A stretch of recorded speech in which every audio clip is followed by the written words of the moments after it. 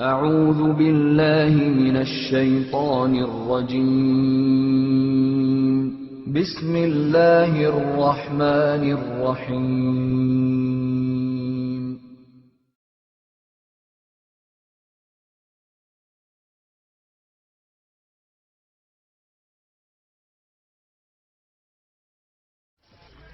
Even the very word music suggests this spiritual dimension. Its etymological root, muse, is the name of the spirit beings, daughters of Zeus, who the ancient Greeks felt were responsible for the inspiration of all art.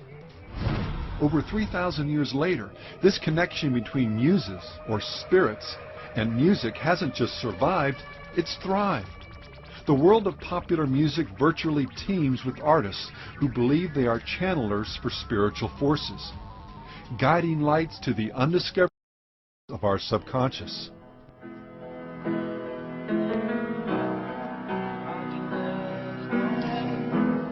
Often these spirits are credited with helping inspire or even compose a particular song. John Lennon, for example, has stated, "When the real music comes to me, it has nothing to do with me, because I'm just a channel. It's given to me, and I transcribe it like a channel."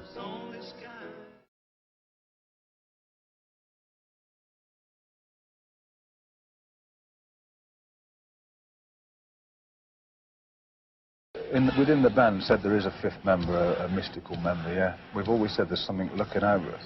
And the only way that I can describe that, probably in its best, the best way for me is that when we were playing our first songs together, and especially our first the first 3 albums, for instance, we would literally show up in a room, and it was almost as if the songs were already written. That's why I like to call Black Sabbath a phenomenon, rather than a band. Although it is a rock and roll band, there's a phenomena involved there where that stuff just comes from somewhere, and it just so happened that we happen to be the ones that it came to.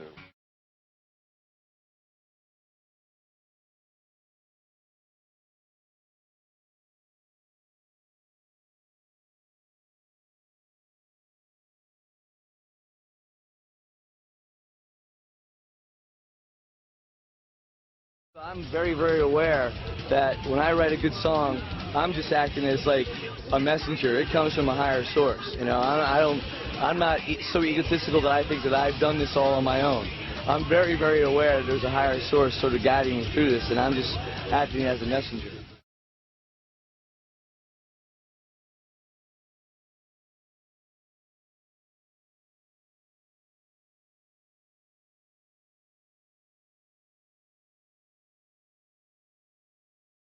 A lot of the songs were written in about 15 minutes to 45 minutes, just really quickly. Glenn and I in the room, very stream of consciousness, as though many times we felt as though it was being channeled through us.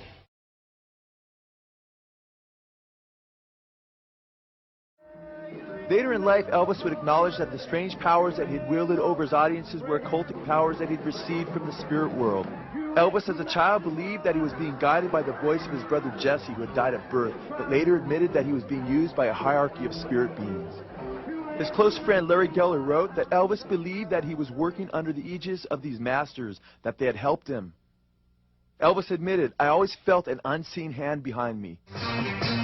I heard that same voice and thought it was my brother. That's what I thought. I heard this guidance, guiding me all my life. That's why I'm here and why I'm doing this. This didn't just happen. This wasn't mere happenstance."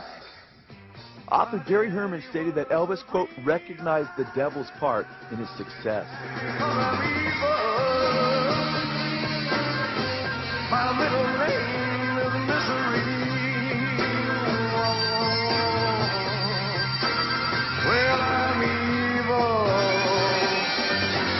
So don't you mess around.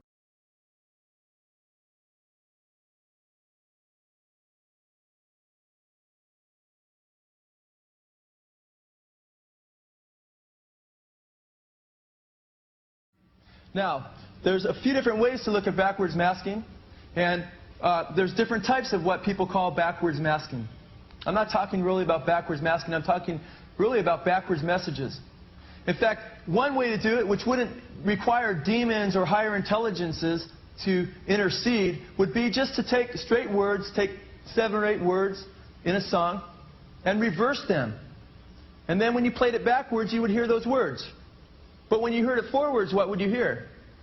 You'd hear something backwards. It wouldn't make sense.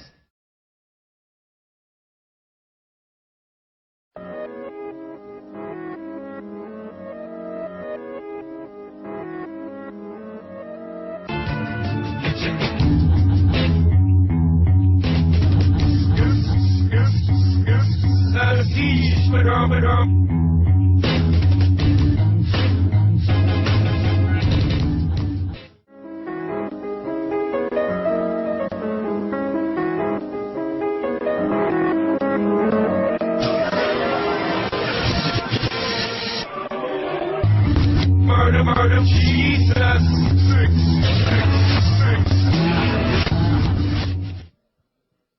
So when people talk about how backwards masking is done in the studio, yeah, that kind of backwards masking is done in the studio. No problem. That's not what we're talking about. We're talking about when you hear music and lyrics forward, and then you hear those same lyrics backwards, and it's a message forward, and those same words are a message backwards. Okay? And we're not talking about 1 or 2 words. We're talking about sometimes over 15 words straight. We're talking on Stairway to Heaven right around 30 words. Okay? And we're not only talking about that, we're talking about a song that wasn't engineered to be heard backwards, but came right from the spirit world automatically. Okay? And then we're talking about, if you wanted to make lyrics backwards on a song, you're going to mess up that song forward pretty bad, right?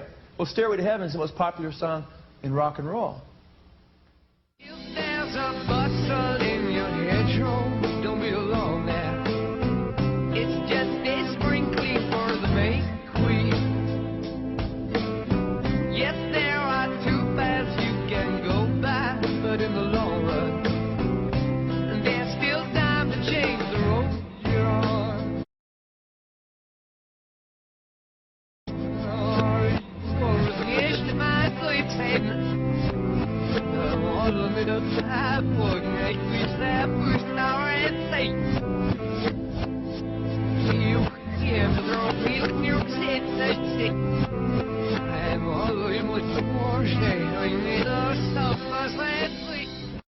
Led Zeppelin's Robert Plant felt that their most popular song, Stairway to Heaven, was given in much the same way.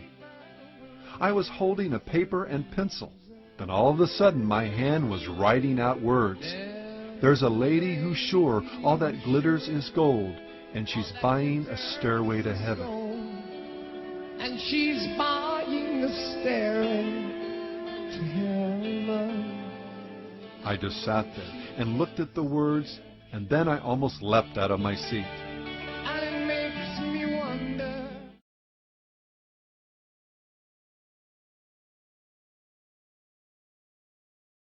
Page's fascination with Crowley led many to believe he was into black magic himself.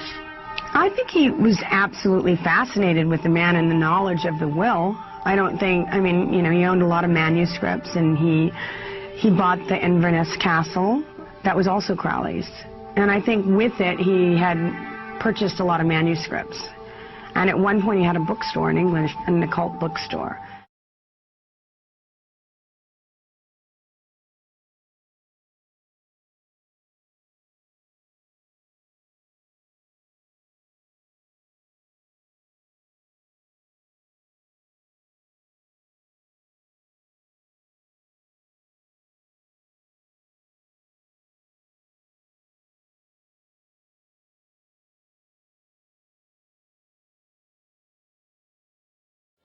In an interview with Rolling Stone, Santana was more specific concerning the identity of this supernatural entity, identifying him as Metatron, the architect of physical life.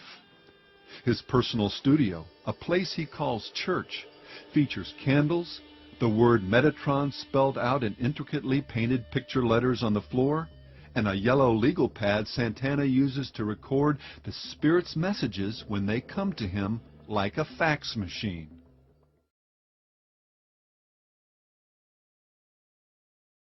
First of all, I'd like to thank Satan. I'd like to thank Satan. Thanks, Satan. Satan.